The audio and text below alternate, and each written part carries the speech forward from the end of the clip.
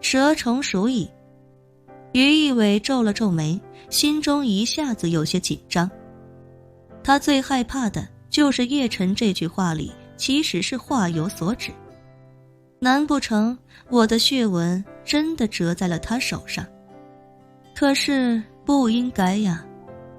如果我的血纹真死在他手里，我起码会感应得到，更何况血纹肚子里全是腐败的剧毒血水，如果真在这里打死一只，那血腥味道只会更重。但这里一点血腥味都没有，就好像血纹根本就没有来过。想到这里，于义伟在心中安慰自己，虽说肯定是某个环节出了差错，但应该跟这个姓叶的没关系。于是他冷哼一声，看着叶晨问道：怎么？你说我有血光之灾，难道就是让我小心蛇虫鼠蚁？对，叶晨点了点头，笑道：不要小看了这些东西，真遇到厉害角色，怕是会要命的。于义伟不屑地说道：你这个人还真是会钻空子，港岛天气本就炎热潮湿，蚊虫很多，防不胜防，你说我有血光之灾，难不成我被蚊子咬了一口也算吗？说着他又看向一旁的费可欣，问道：费小姐，你说句公道话，港岛蚊虫这么多，要是被蚊子吸了血也能算是血光之灾的话，那全港岛又有几个人能逃得掉？费可欣道：我相信叶先生说的肯定不是这个意思。一旁的叶晨认真道：费小姐，我还真就是这个意思，我刚才给他算了一下，他的血光之灾就是蚊虫带来的。于义伟冷笑道：港岛到处都是蚊子，这算什么血光之灾？说着他想起什么，故意问费可欣道：费小姐，你在这别墅里应该也看能到不少蚊子吧？蚊子？费可欣皱了皱眉，疑惑地问道：我在这里并没有看见蚊子。于义伟心中更加疑惑，不由暗忖，费可欣一直与叶晨在一起，若是他都没有看见蚊子，那我的血纹应该不是折在这姓叶的手里。可是他们又会去了哪里呢？为什么一点踪迹都找不到了？就在他疑惑不已的时候，叶晨微微一笑，认真说道：于先生，现在我跟你父亲也有过一面之缘的份上，如果你能跪下来给我磕3个响头，那我或许能够大发慈悲，帮你破了这一劫。妈的，于义伟心中暗骂，这不就是我刚才跟他所说的话术吗？这家伙竟然敢拿我的话来羞辱我。愤怒至极的于义伟冷笑道：姓叶的，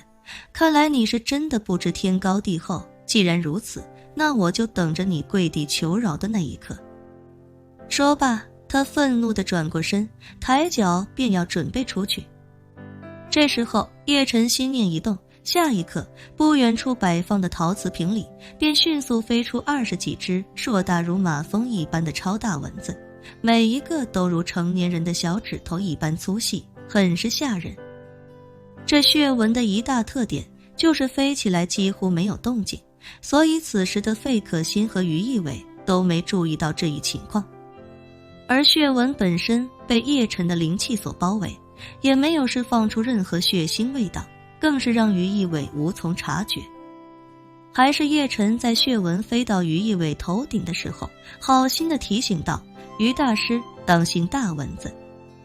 于义伟下意识地回过头来，那20多只硕大的血蚊已经从高处急速飞到了他的面前。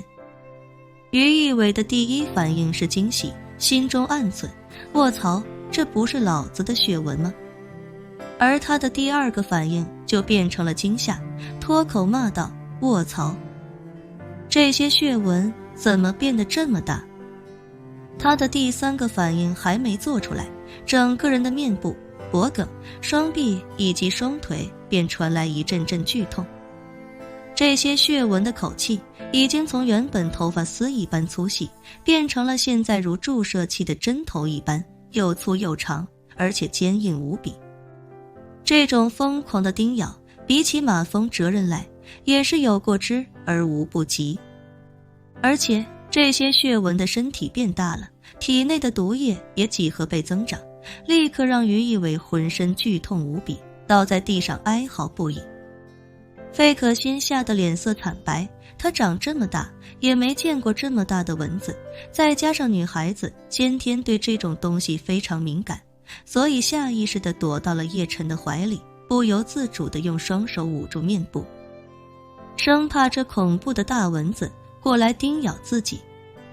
叶晨感受到费可欣柔软的身体以及身上那沁人心脾的幽香，多少有些不太自然地说道：费小姐不用害怕，这些蚊子不会来咬你的，它们只认于大师一个。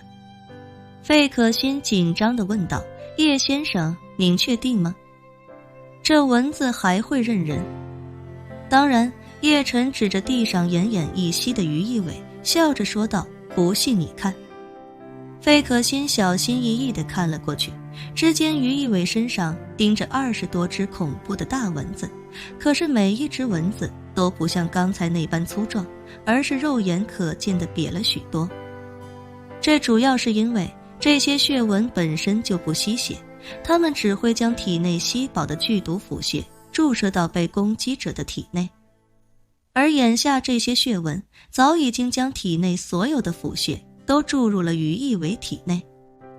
于义伟整个人只感觉浑身剧痛难忍，而且整个人也感觉极度虚弱，天旋地转，于是他下意识要去口袋里掏解药，